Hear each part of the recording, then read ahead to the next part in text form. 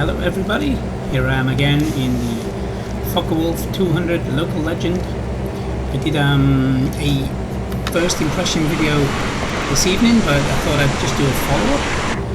A little bit about the autopilot here. A few more things I kind of figured out a little bit. So yeah, just get this out of the way first, quick. If you want to use GPS, you open the EFB, which is down here. Then you can change to GPS, and I'm sure if you have you can put a flight plan in here, or I'm sure it imports the one from the sim, but you can let me know how you get along with that. I'm never going to use it, so not my style. I can do that in a more modern aircraft, but if you are going to use the GPS, I'm pretty sure you click on here to stick it into GPS, and I think this is probably going to be your course deviation here, I think. So let's go back to the classic nav mode, which I think this plane is more suited to. What I'm just going to do quickly here is just slew back a few miles because I'm approaching a VOR station here. So yeah, I've got the VOR ahead of me, BKD somewhere in Germany, 117.7 in nav 1 here. I kind of don't like this panel here. It's convenient, it's right there, but I do like the navigation station here, right behind the cockpit. Hi guys.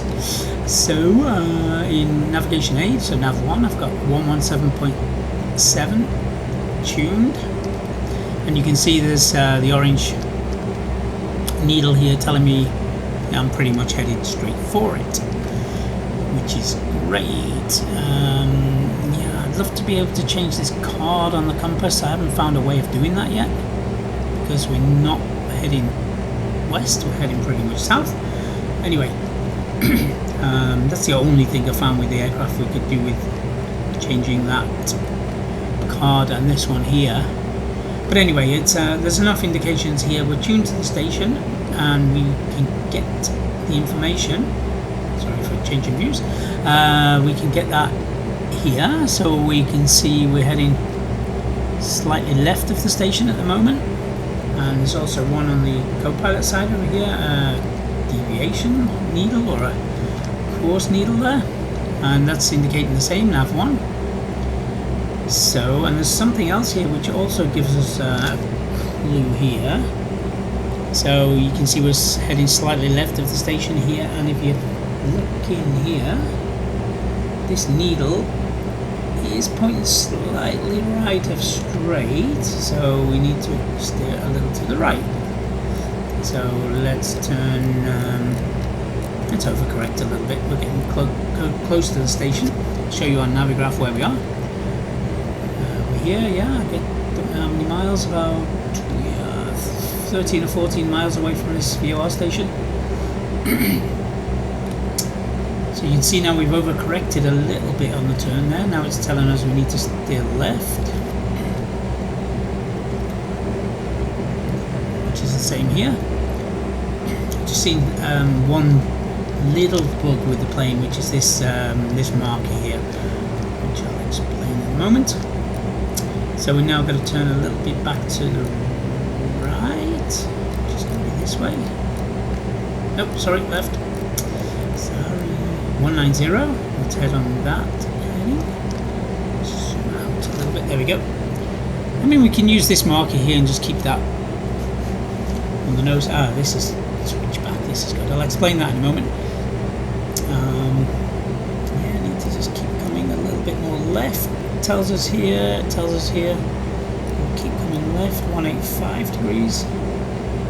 And this is just in course here, which is in basically heading hold. So now you can see we're headed pretty much straight to the station. A couple more degrees. Yeah, that's pretty close. Let's have a look on Navigraph and see if that correlates. Yeah, we're heading pretty much on this radial in here, 183 degrees, which is about our heading, which is great. So if you can steer your heading and get this needle to be in the center, then you're actually technically flying a radial, which is cool. Super. And we'll just let that fly to the station. Yeah, I'll show you this near. This is like a primitive DME. So if you're far away from the station, the needle will be at the top. As you get closer, it'll come down. What does that correlate to? Let's do a little test here. We are about 7 miles, 7, 8, 9 miles. Okay, so I'm guessing that could be about 10 miles there. We're just below that, so 10 miles, 20 miles. And when we're getting over the station, we should be right here at 9 o'clock with the distance bug to the station. Cool. Let's just steer a little bit right now. You can see here. Well, we're going to fly pretty much over the station. So something else I wanted to show you was the altitude hold mode here, and reading the manual. Amazing, hey? We can learn from that. There's a little altitude bug here, so I can set that bug, and as I set it now, you'll see the vertical speed. I'll make a descent. The vertical speed will come down. I'm going to set it to 2,500 feet, and you can see we've started descending. You can use this vertical speed control here manually to speed up the descent if you want to. And you can see here I'm going to level off in a minute. Let's speed it up a little bit more. And you'll see as I start to approach the bugged altitude, we can see that the vertical speed will level off, and it's altitude hold. I think this plane's really capable of doing some long distance flights. Real life went across the Atlantic in 24.5 hours. It's incredible. Might test it one time. There we go. Now we've leveled off, and vertical speed's coming back to 0. And now you can see we're pretty close to the station here. Let's have a look on Navigraph again. Yeah, very close. Look at that. That's super. So you can do some real good VOR navigation here. Needs a little bit of work. Yeah, I'm going to just try and figure out. Let's do a right turn to 270 degrees.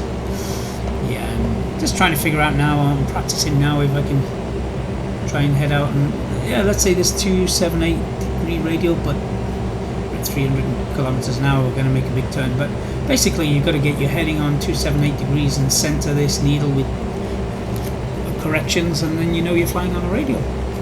Cool, hey?